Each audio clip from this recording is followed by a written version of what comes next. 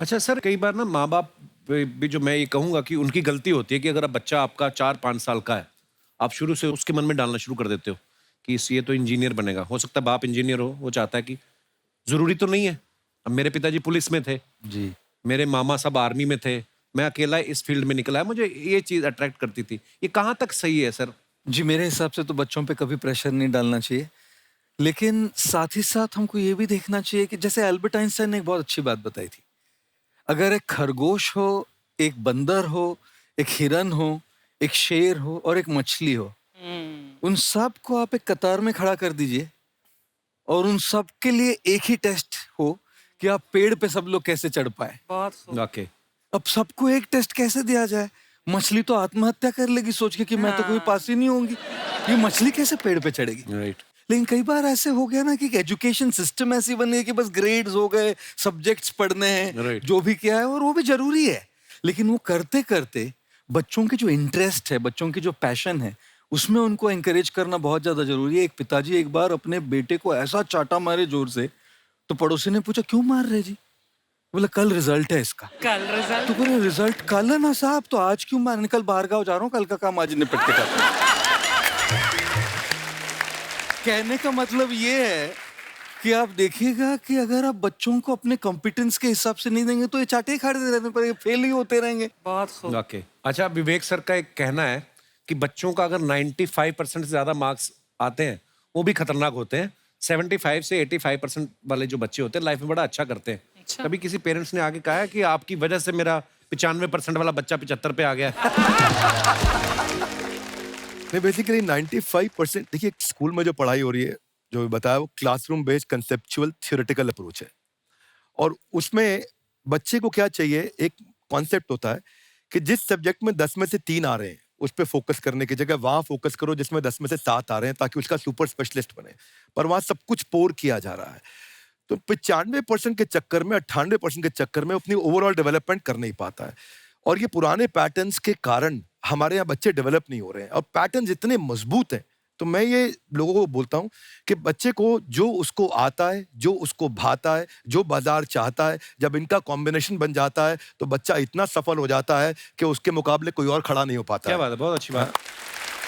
मैं देखो, ये पुराने बिलीफ तोड़ने जरूरी हैं। आप जानते हैं गाय दूध देती है, यस नो? नो, गाय दूध नहीं देती, गाय का दूध निकालना पड़ता है। ये पुराना पैटर्न है भाई। ऐसे ही कामयाबी, सफलता अपने आप नहीं मिलती है, वो भी निकालनी पड़ती है। तो ये लाइफ में कुछ पाने के लिए हमारे को कुछ खोना पड़ता है। Would you agree with me, yes no?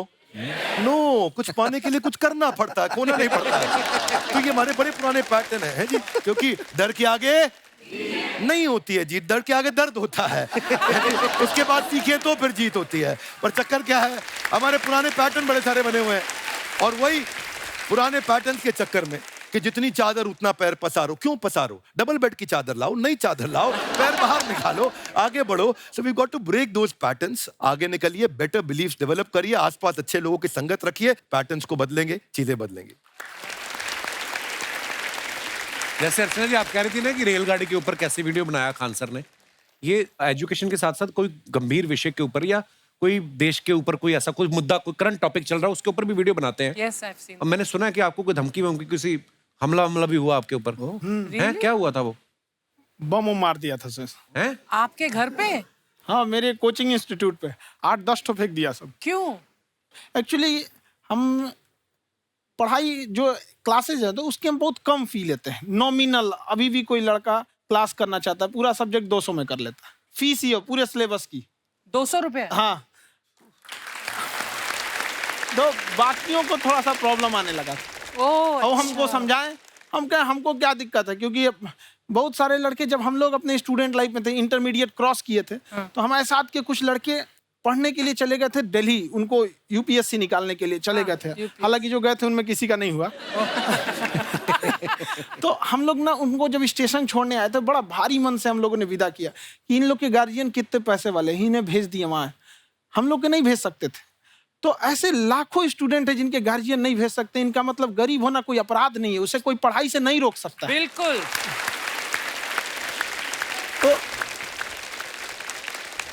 तो हमने ठान लिया था कि कभी अगर मौका मिलेगा तो उसको हम जरूर कम करेंगे। तो इस साल हमको मौका मिला, तो वो जो टफेस्ट एग्जाम है इंडिया का, यूपीएससी, यूपीएस उसकी 2.5 लाख की फीस को हम 7,500 में कर दिए। और सेम बहुत बढ़िया, बहुत बढ़िया, वेरी गुड। बहुत अच्छे। और इंडिया के सबसे बेस्ट टीचर के साथ जो भी हैं वो अपने सब्जेक्ट में उससे बेस्ट इंडिया में कोई नहीं। और इतना के बावजूद ऐसे हम लोग को लगता होगा 7,500 बहुत कम है। एक लड़की ने कहा कि सर शाम वाले बैच को ना मॉर्निंग में कर दीजिए। हम कहे बाबू तो इतना सबके इंडिविजुअल से तो बैच ट्रांसफर नहीं, तो क्या प्रॉब्लम है? उसने कहा ना शाम में हमको दूसरे के यहाँ बर्तन मांजने जाना होता है। ओ तो हम लोग को लगता है कि जितना ये तकलीफ इससे कई गुना ज्यादा है। और कई बार तो ऐसा लगता है कि वो भी ना ले। एक लड़का बेचारा नदी से बालू निकालता था और वो बालू को भरता था, फिर नाव बालू को किनारे लेके बेचती थी और वो बालू भरता था, उससे मेरी फीस ले आया। हमारा हाथ कांप गया, हम कैसे फीस ले लेंगे यहाँ पर। बहुत बढ़िया। उसी दिन हमने ये प्रण लिया था कि भारत का कोई भी बच्चा उसके सफलता में पैसा उसकी बाधा नहीं बनेगी, चाहे उसको जितना भी पढ़ना रहे यहाँ पर। क्या बात है? बहुत खूब। और अर्चना जी, मैं इनके बारे में एक बातें बात, कुछ हजम खान नहीं सर हुई आपके लोगों बारे में को। मैं एक बात कहना चाहता हूँ। इनका जो स्टार्टअप है ये बूटस्ट्रैप्ड है। अच्छा मैं साधारण भाषा में बता देता हूँ, ये सेल्फ फंडेड है। इन्होंने अभी तक किसी और से पैसा नहीं लिया है। ये इन्वेस्टर के पैसे से नहीं, इन्होंने खुद इसको बिल्ड किया है। और बल्कि इतना स्ट्रॉन्ग स्टार्टअप है ये वाह। कि मैं कहूंगा कि अगर इन्वेस्टर्स को इन्वेस्ट करना हो तो मैं इंडोर्स करता हूँ ऐसे स्टार्टअप्स को। यही सब चीजों को देखते हुए कई लोगों ने धमकी भी दिया था वहां पर। अच्छा। और उसके बाद बम चला दिए और 7-8 बम चला दिए और कुछ ब्लास्ट हुआ। एक बेचारा नया नया लड़का आया था एडमिशन लेने के लिए, उसकी स्कूटी उड़ा दिया। वो आया था, कहा कि सर हम तो पढ़ने आए थे, हमारा स्कूटी उड़ गया। हमारी ऑफिस उड़ा दिए सब। एक तो पास में आके गिरा और वो नहीं फटा वो।